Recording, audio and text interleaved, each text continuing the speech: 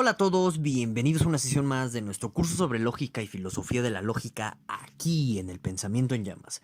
Y bueno, pues en esta ocasión vamos a tratar el tema de qué es esto de las lógicas deónticas, que bueno, pues son propuestas de modelaje respecto al razonamiento jurídico, que bueno, pues en fechas recientes han tenido una aproximación y un desarrollo bastante interesante a lo que algunos han denominado como las IA judiciales o las IA jurídicas, es decir, este tipo de proyectos que lo que tratan de hacer es diseñar pues inteligencias artificiales capaces de hacer resoluciones judiciales para así sustituir a los jueces humanos no solamente en las fallas de corrupción que quizás ya muchos conocemos y sabemos, sobre todo aquí en Latinoamérica, sino dedicados a sustituir a los humanos en los naturales y tan humanos sesgos que se tienen a la hora de la impartición de la justicia. Entonces hay enfoques o intenciones de tratar de aplicar las cuestiones de la lógica deóntica al desarrollo de la inteligencia artificial orientada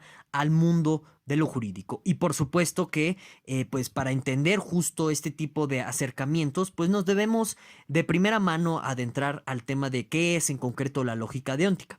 Por lo que, como solemos hacer en nuestras sesiones del curso de lógica y filosofía de la lógica, primero vamos a exponer la parte teórica en torno a qué es esto de la lógica deóntica y ya después pues nos vamos a meter justo a problemas filosóficos en torno a la lógica deóntica, sobre todo a este tema de una IA jurídica o en pocas palabras o como coloquialmente se suele denominar un juez robot. ¿De acuerdo? Aquí en pantalla les dejo un par de recomendaciones bibliográficas antes de iniciar la temática de esta semana de nuestro curso de lógica y filosofía de la lógica.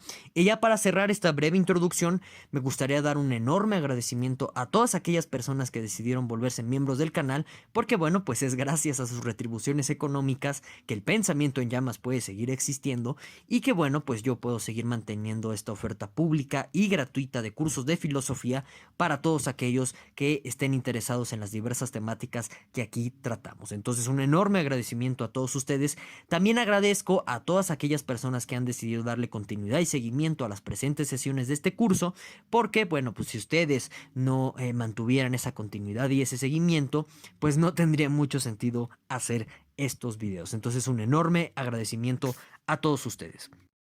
Bien, pues primero que nada hay que admitir que esta cuestión de las lógicas deónticas pues es una propuesta que ya lleva mucho tiempo en la historia de la filosofía occidental. Algunos han tratado de identificar el origen de la lógica deóntica en Leibniz. Lo cierto es que pues no es en sentido estricto lo que podemos encontrar en Leibniz algo así como una lógica deóntica con un lenguaje formal, con algún tipo de axiomatización tal y como pues hablamos ya en sentido estricto de lógica contemporánea. De esta forma, pues hay que decir que el padre, por así llamarle, de la lógica deóntica en su sentido formal, en su sentido axiomático, en su sentido esquematizable, es von Greit. Que bueno, pues von Greit fue un alumno de Wittgenstein, cabe mencionarlo, que durante muchos años trabajó en el desarrollo de lógicas deónticas. Entonces, pues también todos aquellos que estén interesados en este tema de lógica deóntica, bueno, pues cualquier cosa que ustedes puedan leer de von Greit al respecto, pues está muy bien, cabe muy bien para pues la temática de la lógica deóntica. En internet se encuentran muchos artículos de él gratis, entonces pues esta es otra recomendación bibliográfica. Ahora, también es interesante decirlo que, digamos, y sobre todo aquí en Latinoamérica, porque pues ya saben, si tú eres un intelectual en Latinoamérica, quizás el mayor logro que te den tus comunidades académicas es que le pongan a tu nombre a avenidas o a bibliotecas y después olviden por completo tu obra.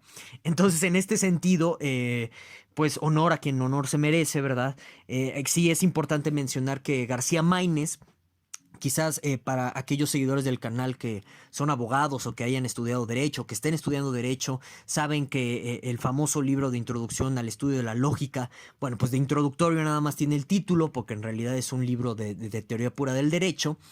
Pues Maínez es conocido por ese libro y pues ya su nombre está, les digo, ¿no? En avenidas, en ciertas bibliotecas y sin más se ha olvidado que Maínez, en este sentido de lógica deóntica, pues tiene muchos estudios al respecto que pues no está de no está de más echarles un ojo, ya que pues digamos, él intentó en muchos sentidos de desarrollar una lógica del razonamiento jurídico, no nada más para la praxis jurídica, sino que en términos de cómo sería la mente como de un legislador abstracto, universal, que no fuera subjetivo. Entonces algunos han tratado de ver un antecedente de las IAs o de esto de las inteligencias artificiales jurídicas o judiciales en algunos de los ensayos de Maynes, ¿no? Bueno, entonces ese es otro referente bibliográfico que yo les recomiendo bastante para este tema.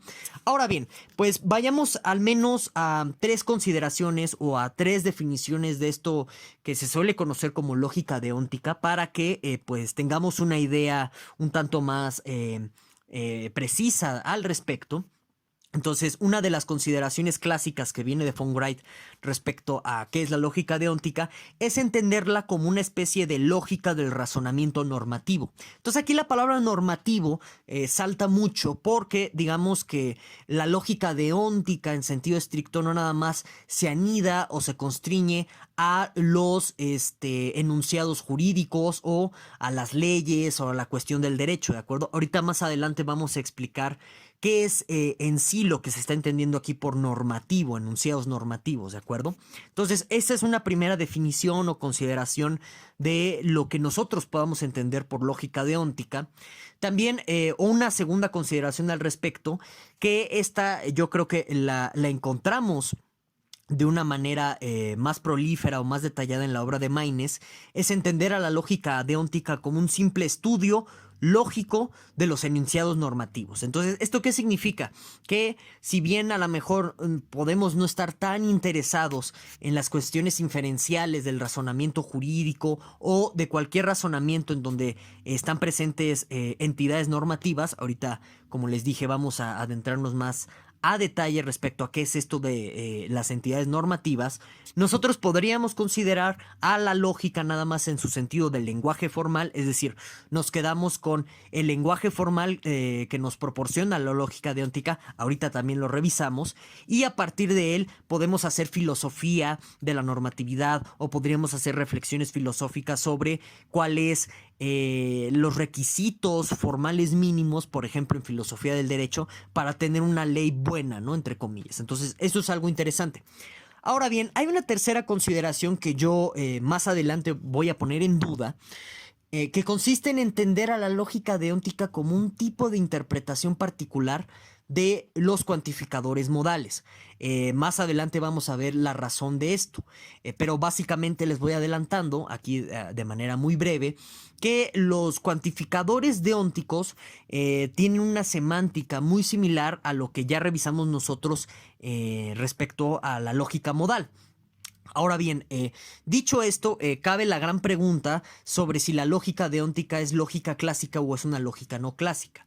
A mi consideración es una lógica no clásica. Hay ciertas propiedades metalógicas que, por ejemplo, von Wright hace mucho énfasis, como la cuestión de que la consecuencia lógica en el razonamiento jurídico es no monotónica, que nos hace hablar en sentido estricto o decir que una lógica deóntica es no clásica. Más adelante vamos a profundizar en ello, pero ahorita de forma preliminar es bueno que ya tengan en mente todo esto que les voy indicando. Bien, entonces para que nosotros podamos entender el objeto de estudio de la lógica deóntica, hay que profundizar respecto a qué es esto del significado normativo, qué son las entidades normativas dentro de nuestro lenguaje. Entonces aquí en la pantalla, en la línea superior, yo les pongo unos cuantos ejemplos de enunciados aseverativos o de enunciados afirmativos sobre hechos, ¿de acuerdo? Entonces, por ejemplo, vimos esto sobre todo en la lógica proposicional clásica, es lo que tradicionalmente evaluamos como verdadero o falso. Porque, en pocas palabras, son enunciados que lo que pretenden hacer es hablar directamente de un hecho o describir a un hecho. Entonces, en un enunciado del estilo el árbol es verde, bueno, pues en virtud de que nos está hablando de un hecho concreto, lo podemos evaluar este enunciado como verdadero o falso, ¿de acuerdo? Es un enunciado aseverativo. Cuando tenemos este otro tipo de enunciados del estilo hoy es martes, también es un enunciado aseverativo, nos afirma algo de la realidad, es un hecho de lo que nos está hablando este enunciado. Y de esta manera podemos decir si es verdadero o falso. Por ejemplo, si dijéramos Milei es presidente de Argentina, bueno, eso, en virtud de que tiene una pretensión de hablar de un hecho en la realidad, también lo podemos evaluar como verdadero o falso, ¿de acuerdo? Ahora, hay un tipo de enunciados en nuestro lenguaje que no refieren, al menos intuitivamente, ¿verdad? A hechos directamente. Entonces, por ejemplo, cuando esto se ve de una manera idónea en interjecciones más que nada. Por ejemplo, cuando tenemos una interjección del estilo cállate, bueno, ahí parece que no estamos hablando o refiriéndonos a un hecho en concreto. Más bien aquí lo que se está tratando de comunicar es una orden, pero no nada más es una orden a secas, sino lo que se está comunicando, sobre todo por el contexto, es un tipo de obligación o de deber que nosotros habríamos que acatar. Entonces, piensen en el siguiente contexto, en donde pues está una mamá con su niño y el niño de pronto empieza a hacer berrinche o empieza a preguntarle muchas cosas de manera insistente en una reunión familiar, en su trabajo, qué sé yo, y la mamá le dice, cállate, ¿no? Entonces, este tipo de interjección a lo que referiría es a un cierto tipo de enunciado normativo, en donde aquí lo normativo ya lo podemos entender justo como una regla a seguir o la pretensión de seguir una regla, ¿de acuerdo? Entonces, detrás de este cállate, a lo que referiría esta madre en este contexto ejemplificado que les acabo de dar, sería algo así como te obligo que te calles, ¿no? Ahora, en un contexto así romántico, ¿no? Clásico de las películas, ¿no? Donde una de las parejas le dice al otro, bésame. Bueno, esto también es otra interjección, es otra orden en este sentido, pero aquí hay una regla que se está invitando a seguir, aunque por supuesto tiene una connotación diferente, porque aquí no hay una autoridad normativa, es otro detalle muy particular que conviene analizar de forma separada, pero también aquí se está tratando de transmitir otro deber, otra obligación que en este sentido, en bésame, pues estaría diciéndonos esta persona, te obligo que me beses, ¿no? Ahora, cuando en un sentido ético decimos cosas como robar es malo, bueno, también en este sentido estamos transmitiendo una obligación del estilo, es obligatorio no robar, ¿de acuerdo? Sobre todo en las leyes, por ejemplo, cuando tenemos en el Código Fiscal, esto es nada más un ejemplo, no estoy diciendo que sea textual, ¿verdad? Pero cuando tenemos en algún código fiscal un enunciado de este estilo como todos los mexicanos pagarán el 15% del ISR para X fecha, bueno, pues ahí está transmitiéndonos de una manera más evidente una obligación, en este caso es una obligación jurídica, en donde pues se está diciendo en pocas palabras, te obligo a pagar el ISR. Aquí no hay hechos al final del día en los enunciados normativos. Claro que hay personas que, por ejemplo, hablan de hechos morales y algunos que comenten falacias naturalistas, perdón, tipo Tomás de Aquino, ¿no? Donde se infieren donde se infieren enunciados normativos a partir de hechos. Ese es otro tipo de consideraciones que voy a dejar un tanto afuera, pero digamos de nuevo que en un plano intuitivo, de sentido común, de habla cotidiana, pues los enunciados en donde se dan órdenes, en donde hay una valoración ética, donde hay un mandamiento estatal o un mandamiento jurídico, incluso en enunciados en donde se trata de influir la voluntad de los demás, pues aquí encontramos entidades normativas que no hablan en este sentido de hechos, sino que nos están hablando de reglas que nosotros deberíamos de seguir o de reglas que nosotros deberíamos de tener la pretensión de atender, ¿no? Entonces, en este sentido, En la lógica deóntica no evaluamos los enunciados normativos como los que pueden ver aquí debajo de la rayita en términos de verdadero o falso.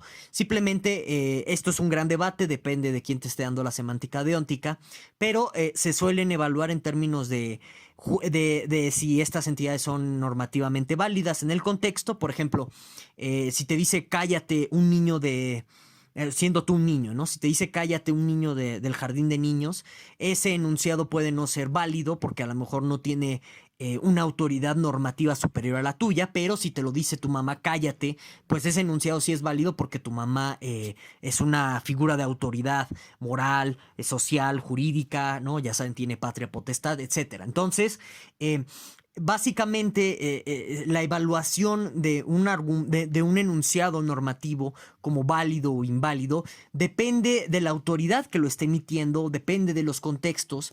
Esto en muchos sentidos es muy arbitrario porque, pues hay que decirlo, per se, la razón o la justificación última de las normas parece vacía. En realidad, detrás de un enunciado normativo hay una gran arbitrariedad de una voluntad de alguien que más puede contra la voluntad de alguien que no puede.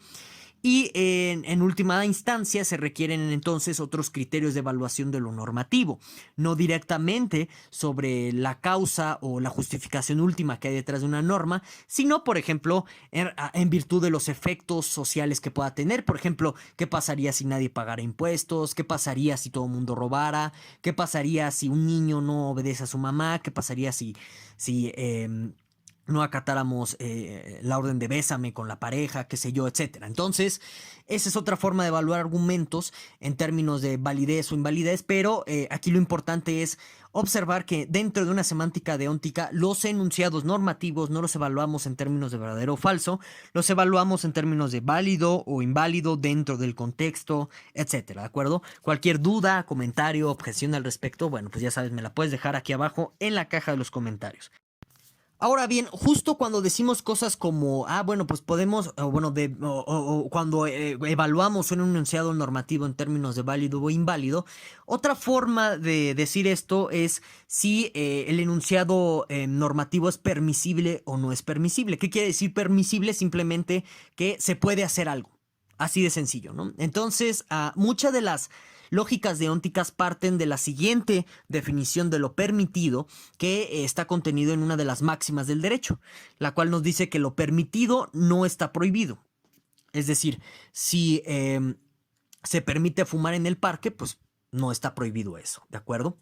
Ahora, a partir de esta definición de lo permitido, se construyen, como les menciono, las definiciones semánticas que hay en torno a esto que se conoce como lo obligatorio, lo permitido, lo prohibido, etcétera, ¿no? Ahorita lo vamos a checar. Y en este sentido se pretende capturar el contenido o el significado de enunciados normativos como cállate, bésame, robar es malo, etcétera. Ahorita vemos cómo se logra capturar. Pero bueno, entonces a partir de esta máxima del derecho de lo permitido no está prohibido, ¿cómo se define una obligación? Bueno, pues se dice que P es obligatorio, donde P es pues básicamente cualquier conducta en concreto. Se dice que P es obligatorio si y solo si está prohibido no hacer P. ¿De acuerdo? ¿Qué quiere decir eso? Bueno, que P es obligatorio sí, solo sí, si no está permitido no hacer P. Espero que esta definición se entienda. Ya saben, si hay alguna duda, bueno, con toda confianza, me la puedes expresar aquí abajo en la caja de los comentarios. Pero básicamente en las obligaciones, aquí lo importante es establecer lo que está prohibido y en términos lógicos, lo prohibido se va a definir como como algo no permitido de no hacer otra cosa. Esto parece muy rebuscado. Más adelante van a ver que va a adquirir más sentido conforme veamos ejemplos concretos. Pero bueno, entonces pensando justo en nuestros ejemplos anteriores, detrás del enunciado normativo cállate, donde se estaría diciendo algo así como te obligo que te calles, ahí dentro de esta definición de obligación lógica se traduciría de esta forma. Diríamos, es obligatorio callarme si, solo si está prohibido hablar, es decir, lo contrario de no callarme, o bien si no está permitido hablar, es decir, no callarme. Entonces noten cómo esta definición de obligación nos permite analizar los enunciados normativos no solamente en cuestión de contenido, sino que también da condiciones a partir de las cuales pues es válido en un sentido lógico, aunque ya establecimos que es importante la cuestión del rol normativo de quien emite los enunciados normativos para ver si se cumplen o se siguen o no. Pero digamos que la lógica nos permite o nos da estas condiciones a partir de las cuales tiene sentido lógico establecer obligaciones, permisiones y prohibiciones, ¿de acuerdo? Ahora, en el caso de Bésame, en donde el contenido normativo es te obligo que me beses, pues bajo esta definición lógica de obligación diríamos algo así como es obligatorio besar si y solo si está prohibido no besar, o bien si no está permitido besar, ¿de acuerdo? Ahora, en el caso de robar es malo, donde vimos que el contenido normativo es el de es obligatorio no robar, bueno, pues bajo la definición lógica de obligación, lo que estaríamos diciendo aquí es que es obligatorio no robar si y solo si está prohibido robar o bien si no está permitido robar. ¿De acuerdo? Cualquier duda, comentario, ya saben, siéntanse en libertad de expresarlo en la caja de los comentarios. Ahora bien, pues pensando un tanto en la semántica formal, aquí es donde utilizamos lógicas modales para supuestamente modelar el comportamiento de estos enunciados normativos. Más adelante vamos a ver si en realidad esto es reducible a las lógicas modales o es una forma muy particular de entender los cuantificadores modales clásicos que ya explicamos en otras sesiones. Bueno, pues tendríamos lo siguiente. P va a ser igual bueno, P permitido, que se permite P, si, solo si, para cualquier mundo posible o cualquier situación posible, hay al menos un mundo en donde P se da, ¿no? O P está ahí, ¿de acuerdo? Ahora, decimos que P es obligatorio si, solo si, para cualquier mundo posible, no hay ni una sola circunstancia en donde hay un no P, ¿de acuerdo? Ahora, decimos también que está prohibido P si no está permitido P, ¿de acuerdo? Que es esta máxima del derecho que habíamos explicado o, bueno, aludido minutos atrás, ¿de acuerdo? Ok, entonces ahí está lo que significarían los simbolitos formales en la pantalla. Y bueno, vamos a un ejemplo de cómo se utilizaría una prueba, o bueno, cómo se haría una prueba semántica a partir de estas definiciones para, por ejemplo, preguntas del estilo, ¿es obligatorio que todos paguen impuestos en México? Vamos a ver cómo la lógica deóntica detrás de este término de obligatorio nos va a dar interesantes situaciones, ¿verdad? Entonces vamos a formalizar en esta prueba semántica para saber si este enunciado deóntico es válido o no. Recuerden que aquí no hablamos de verdad ni de falsedad. Vamos a formalizar que todos paguen impuestos en México como A, ¿no? Entonces, paso 1 de nuestra prueba, vamos a proceder vía reducción al absurdo. Supongamos que OA, o sea, que es obligatorio A, ¿no? Y con esto me refiero a que es válido deónticamente hablando. Entonces, por definición de obligatorio, eso quiere decir que para todo mundo, para toda situación, no hay ni una sola circunstancia o ningún solo mundo en donde no sea el caso o simplemente no sea válido que todos paguen impuestos en México, ¿de acuerdo? Pero, oh sorpresa, tenemos una situación, ¿no? Y aquí vean, no es meramente una prueba abstracta lo que estamos haciendo. Aquí hay que recurrir a las legislaciones, hay que recurrir a las cuestiones normativas que ya existen en nuestra cotidianidad. Entonces, en el paso 2 vemos la siguiente particularidad, que los sacerdotes mexicanos no pagan impuestos. Y ahí ustedes tienen la ley de asociaciones religiosas y de culto, en donde, por ejemplo, los sacerdotes católicos no pagan ISR, no pagan IVA, como todos los tristes mortales. Ellos están exentos del pago de impuestos, salvo que vendan propiedades. Pero, más allá de eso, no pagan impuestos. Todos los demás profesionistas sí pagamos, menos ellos. En fin. Entonces, pues esto es una contradicción porque, pues ya habíamos dicho que no había ningún solo caso, pero pues ya mostramos que sí hay un caso, ¿no? Entonces, la conclusión aquí es que, bueno, no todos pagan impuestos en México. O bien que está permitido que no todos los mexicanos paguen impuestos, a saber, los sacerdotes. Entonces vean aquí cómo deónticamente, cuando nosotros analizamos cierto tipo de enunciados normativos, en este caso jurídico, la lógica misma del enunciado más lo que ya tenemos en la realidad como circunstancias normativas, nos van a permitir analizar la lógica de pues este tipo de normatividades de una forma más rigurosa, más precisa, e incluso puedes examinar lo que se conoce como excepciones a la norma o excepciones jurídicas. Todo un tema muy interesante. Ahora bien, recuerden que también nosotros en lógica podemos evaluar argumentos no solamente teniendo una semántica, sino también asociando algún tipo de axiomatización o algún tipo de reglas sintácticas en concreto, ¿no? Esto ya lo vimos en sesiones pasadas. Los axiomas que ven aquí en pantalla tradicionalmente se consideran como axiomas del sistema, de los sistemas deónticos. No todos lo tienen, son particularidades que, bueno, por las limitaciones del curso no me puedo adentrar tanto en ello, pero se supone que con estos dos axiomas que ven en pantalla, que bueno, el primero diría o P está permitido o P no está permitido, y el segundo diría básicamente que una permisión es distributiva, o sea, de afirmar la disyunción de dos actos. En términos de una permisión, se sigue que los dos conjuntos son permitidos. En pocas palabras, bueno, se supone que a partir de estos dos axiomas ustedes pueden hacer ciertos teoremas deónticos muy complejos y muy elevados que en muchos sentidos les permiten analizar sistemas jurídicos o sistemas normativos en general con un gran profundo rigor y con una gran asertividad respecto a los resultados. Bueno. Por las limitaciones mismas del curso no me quiero detener tanto en ello, sino me desvío. Ahorita nada más les voy a poner un ejemplo muy particular del comportamiento de la consecuencia lógica.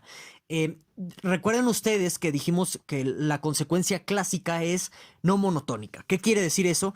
Que si tú agregas información a las premisas, conservas mismas conclusiones. En el caso de la consecuencia que tenemos presente en lógica deóntica, y es por eso que, como yo ya les había explicado en sesiones anteriores, cuando hay una modificación en la consecuencia lógica clásica, pues tenemos en automático una lógica no clásica. La consecuencia lógica en lógica deóntica es una consecuencia no monotónica porque cuando nosotros agregamos información dentro de los razonamientos deónticos, jurídicos o normativos en general, perdemos conclusiones o ya no podemos concluir las mismas cosas. Entonces aquí yo les pongo dos ejemplos. Primer argumento.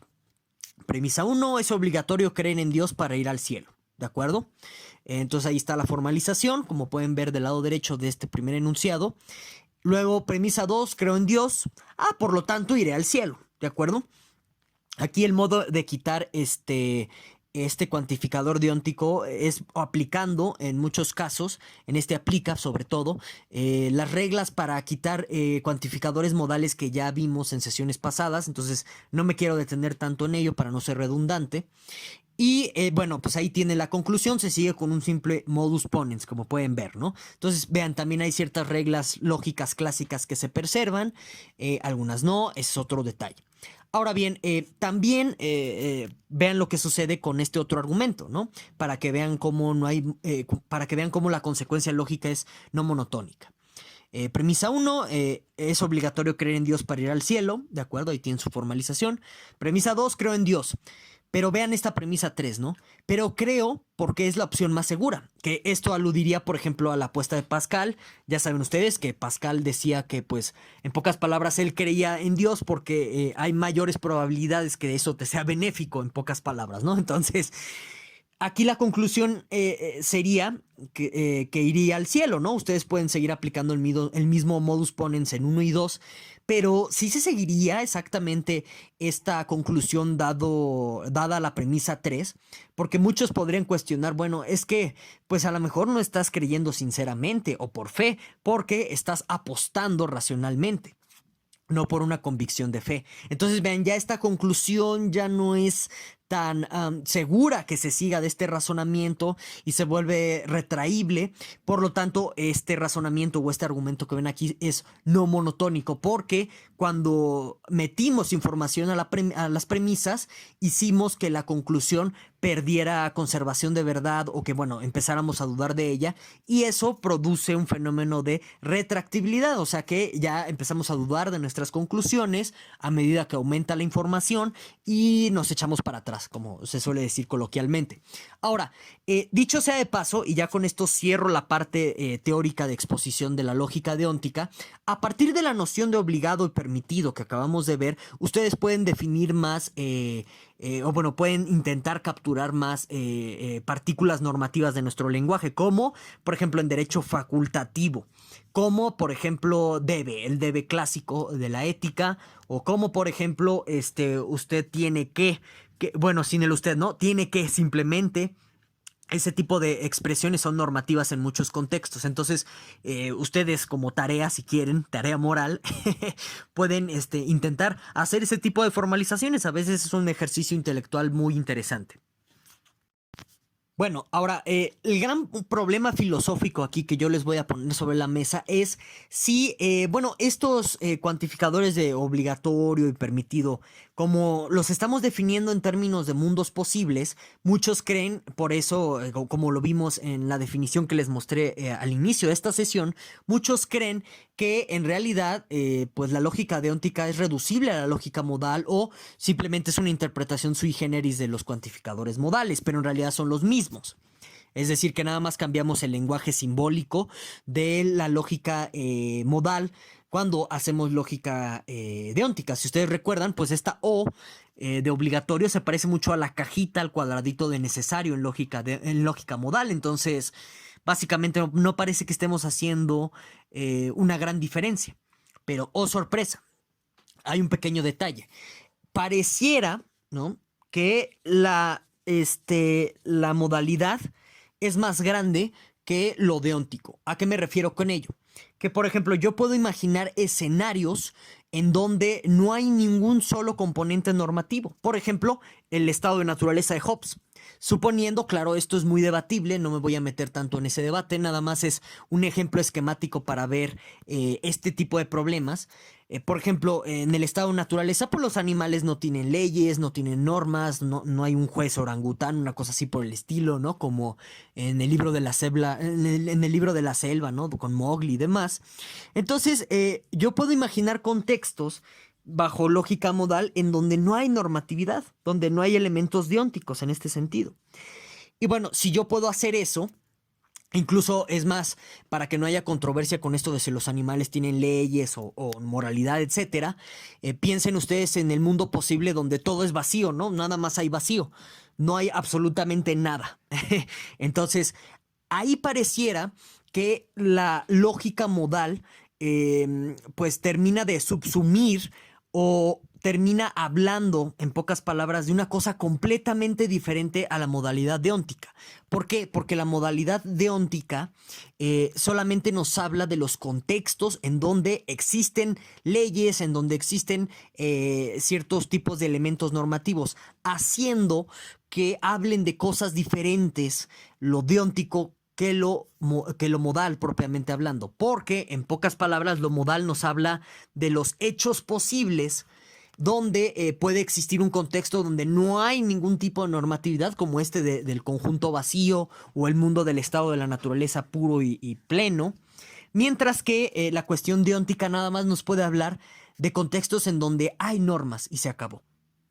Entonces, por eso los cuantificadores deónticos, esta O y esta P que les acabo de mostrar, no son estrictamente hablando cuantificadores modales, porque tienen un comportamiento diferente, hablan de cosas diferentes, incluso pues por ello mismo tendrían otro tipo de reglas que se tienen que diferenciar de la lógica modal, porque la lógica modal sí nos está hablando de todas las posibilidades, incluyendo la posibilidad en donde no hay ni un solo elemento normativo, como este mundo vacío, el mundo del conjunto vacío, si ustedes quieren verlo así. Ahora bien, está este otro gran problema que plantea muchas interrogantes filosóficas, al cual le voy a dedicar unos varios minutos para la reflexión, de si la lógica deóntica es un paso hacia una IA judicial. Porque vean, todo lo que acabamos de ver, ustedes, si son computólogos o una cosa así por el estilo, lo podrían meter bajo un lenguaje de programación y entonces hacer que pues la computadora siguiera ciertos comandos y de esta forma emitir algún tipo de sentencia judicial mediante razonamiento jurídico, por ejemplo. Entonces aquí muchos, como ya les adelantaba al inicio del video, se han planteado que esto es el parteaguas de las IA judiciales. Algunos creen que ya las tenemos en algún sentido con Facebook censurando, con YouTube censurando también, pero en sentido estricto no son todavía IA judiciales porque no están normando en un sentido jurídico estrictamente, o sea, basado en las leyes. Más bien Facebook y YouTube se basan en sus propias normatividades como condiciones y términos del servicio. Entonces, por eso no tenemos todavía una IA judicial. Una IA judicial norma sobre cosas más complejas, tiene un ámbito de aplicación más con consecuencias más permisivas o más duraderas. Por ejemplo, si una IA te sentencia a muerte, pues es una consecuencia normativa más duradera o permanente por completo que si Facebook te sentencia a 30 días de ban o simplemente te cierra la cuenta. Hay una enorme diferencia, ¿verdad? Bueno, aquí el gran problema que hay a nivel ético más que nada es si es deseable tener robots que nos juzguen en un futuro. Se solucionaría en muchos sentidos el sesgo humano, pero el gran detalle aquí es que, pues, no sé si vieron esta película de Chappie, en donde, pues, Chappie básicamente te muestran que es como un niño, así serían las IA, y dependiendo del entorno, les enseñas a hacer diferentes cosas, o ser de diferentes maneras. En el caso de Chappie, él se convirtió en un delincuente. Entonces, en este sentido, una IA, pues, al ser un ser inteligente, que viene al mundo prácticamente en blanco, no del todo en blanco, pues tú lo puedes formar, por ejemplo, para ser un juez que beneficie a las corporaciones. Algunos dicen que eso no sería el caso, porque una IA judicial sería completamente objetiva e imparcial y sería incapaz de decantarse hacia un extremo o el otro de la balanza. Bueno, esa es una consideración muy compleja. Se las voy a dejar aquí para la reflexión. ¿Ustedes qué opinan? ¿Creen que con todo esto que acabamos de ver podría haber una lógica deóntica que sirva para el desarrollo de la IA? Este desarrollo de la IA judicial basado en lógica deóntica no podría ser corrompible por los seres humanos en virtud de que la puedes programar a modo. ¿Qué piensan ustedes? Y ya sin más, pues con esto termino la sesión de esta sesión del curso de esta semana, perdón, del curso de Lógica y Filosofía de la Lógica. Espero que les haya gustado. Nos vemos hasta la próxima semana.